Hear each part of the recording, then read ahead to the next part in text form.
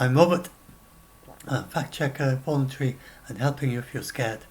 And this is for some of these fake DEFCON warning websites, just to warn you against those. And in general, they often say it's DEFCON 4, DEFCON 3, sometimes even DEFCON 2. Well, so just to explain the scale, so it's not like that. It's none of these high levels.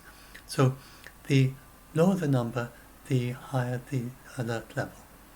So DEFCON 5 is normal readiness. DEFCON 4 is above normal readiness. So when they say it's DEFCON 3 or DEFCON 2, there's only once been a DEFCON 2 just for the Strategic Air Command in the USA. The rest was DEFCON 3. All the others have been DEFCON 3. And to give an idea of what caused that, then that was when the United States had intelligence that the Russians were secretly, the Soviet Union, were secretly sending nukes on subs to set up a nuclear base in Cuba right next to the United States in order to be able to fire a surprise attack against, if there was some nuclear war, then they'd be very close to the United States. And this was very alarming at the time. And during the Cuban Missile Crisis, then the Americans tried to stop the nuclear subs from reaching Cuba, and they actually had an actual battle, or sort of warning thing, not actual battle. But anyway, you can all read up the history. It was very, very tight, very kind of scary time at the time for people. So that's DEFCON 2. We've got nothing like that. Putin is not moving nukes at all. There's no evidence that he's moving them at all. There's no nuclear involvement. It's nowhere near the United States. It's just not even anything remotely like any of these things. And then there's only been 3 other times that it's happened. And the most recent was during 9/11, and that was just to it's just to raise security around military bases after the terror attacks. And that's the only reason they did it, and that bears other side effects that they didn't really want, but it was a quick way to achieve that. And another couple of minor ones, and there was a time during the Arab-Israeli war, and it was a more of a diplomatic thing than really be any risk of a world war. So there's nothing even remotely like that going on today. And because the US haven't changed their nuclear defense posture since before the war. They've been asked over and over again, and sometimes several times a week, sometimes just every few days, and they say, do you see any reason to change your nuclear defense posture? And they say, no, we monitor Putin's rhetoric, we continue to monitor it, we take it very seriously, we monitor it, and we see absolutely no reason to change our nuclear defense posture, whatever it was before the war. And they have excellent intelligence, so this some of the experts, security expert, King's College London, talking about it. And the US was very knowledgeable about the details of Kiev. Apparently, Thomas Tyner was saying on a podcast that the only thing that they didn't know in advance was about the air bridge to Hostomel Airport. That he knew about all that before the invasion through his connections with NATO. And the only thing they didn't have was the Hostomel Airport thing. And so one of the things that puzzled me before when the war started and they rushed towards Kiev, and I'd been reading about how it's very easy to stop a tank.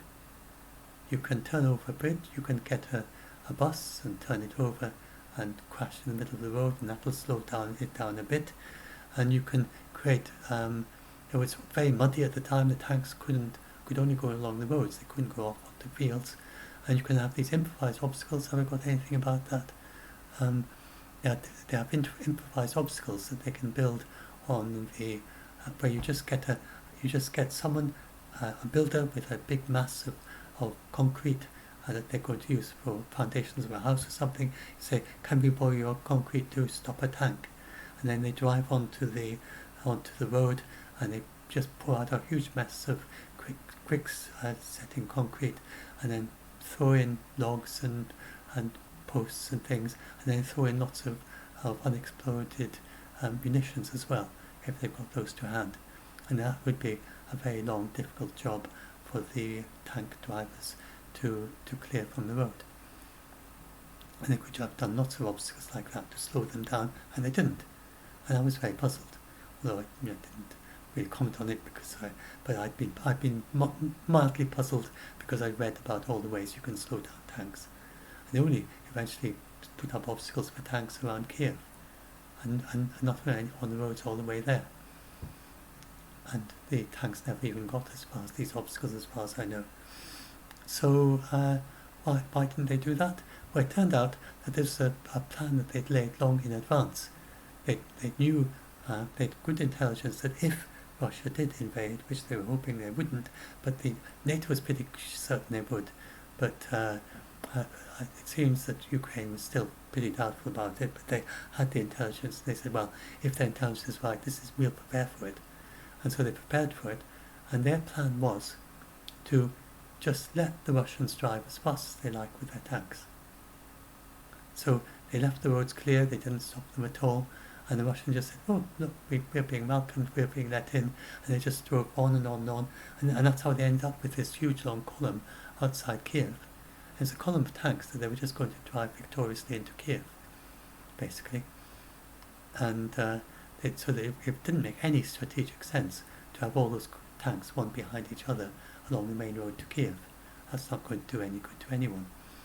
But that's what happened. They were expecting to just drive victoriously into Kiev. And then the Ukrainians spun their trap and stopped them. And then the Ukrainians, because they had to rush so far, they rushed so far ahead with their tanks, and the commanders hadn't predicted that, so they ran out of fuel, because they hadn't given them enough fuel to send so many tanks so much distance. And that's how we ended up getting these, it's all fitting together, getting these tractors pulling tanks and Russian military equipment around, because they got ahead of their logistics and they ran out of fuel. And so they just had to drive away in trucks and leave their tanks behind. And so the the Ukrainians then cut off all the fuel. They cut off the logistics. They did lots of attacks on logistics. Once they got the Russians where they wanted them, way ahead out by Kiev, then they just cut the logistics and until eventually, and that's eventually how they won the Battle of Kiev.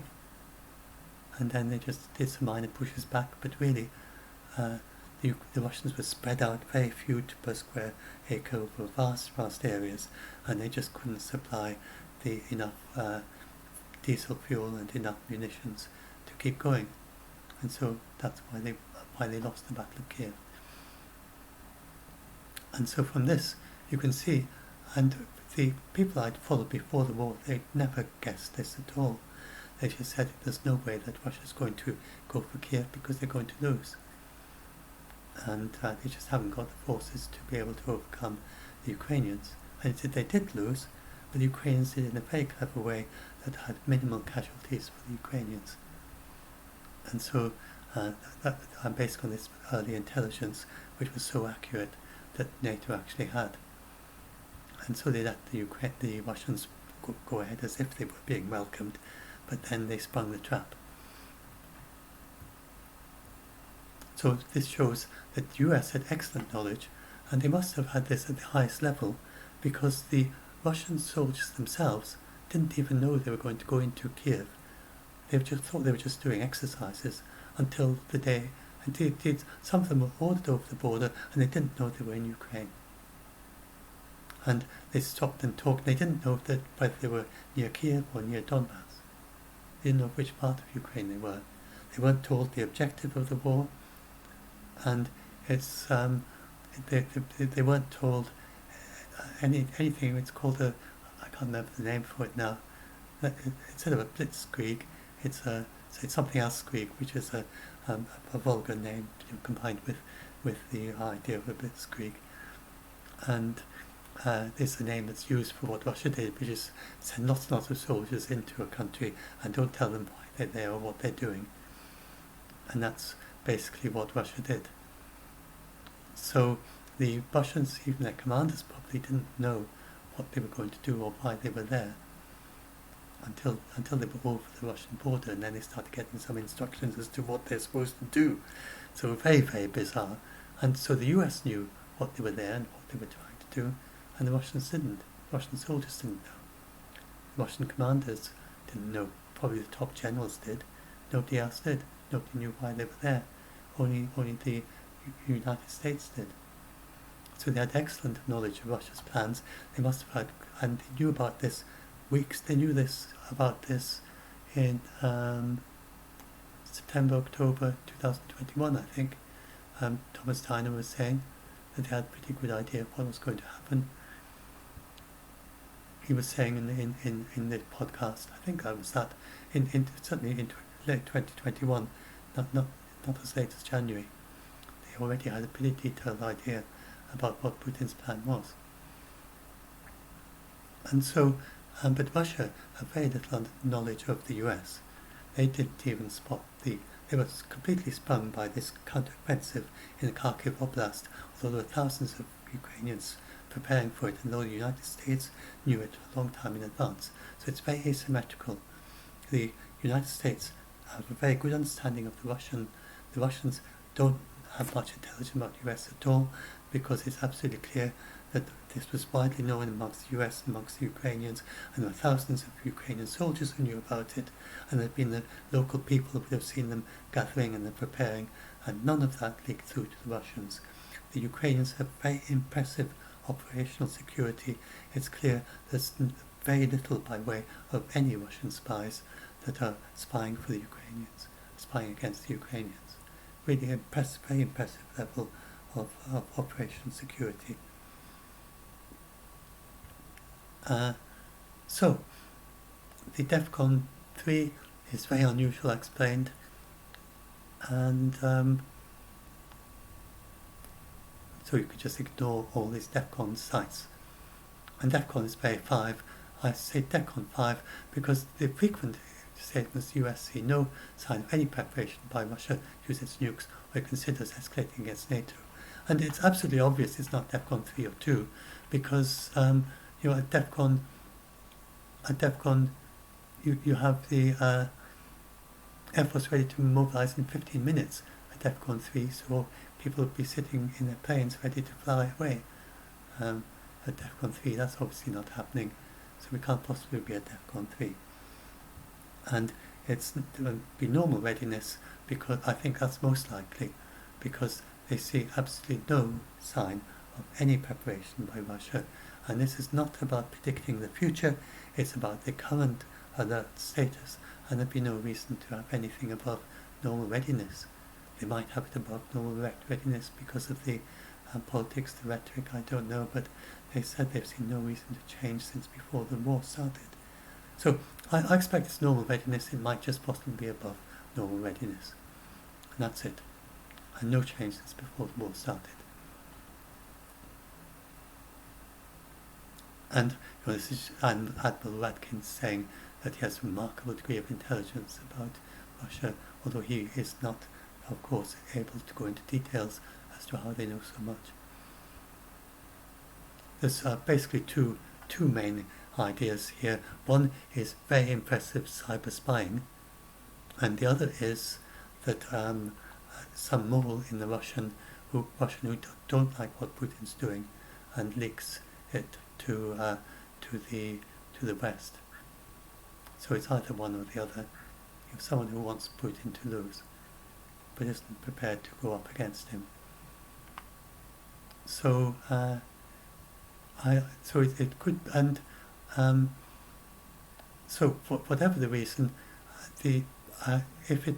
so Putin has probably got a lot of paranoia about whether there's someone in his inner circle. If it is indeed by cyber spying, and very sophisticated cyber spying or something, then it would add to his paranoia about the people around him, while it in fact being due to him having rubbish cyber security, which is possible, not impossible. With maybe whoever it is who's paid to do the Russian cyber security for the Kremlin really didn't do a proper job and squilled away a lot of the money that they paid for it or something. Who knows? Anyway, and when Putin said he's going to high alert level this year, the UK saw no major changes in Russia's nuclear posture, and nor did the US. So that's it.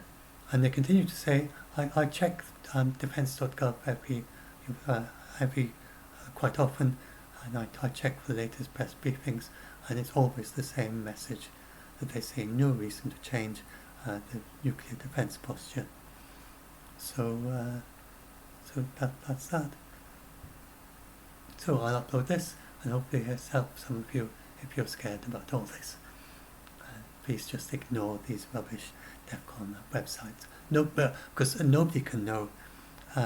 If they do know, lots of people know in Russia, in the United States, but they would not say on the internet, because that they're just not permitted to do that. So if anyone says that, then they are definitely not telling you what DEFCON is. They don't know, because if they did know, they wouldn't tell you.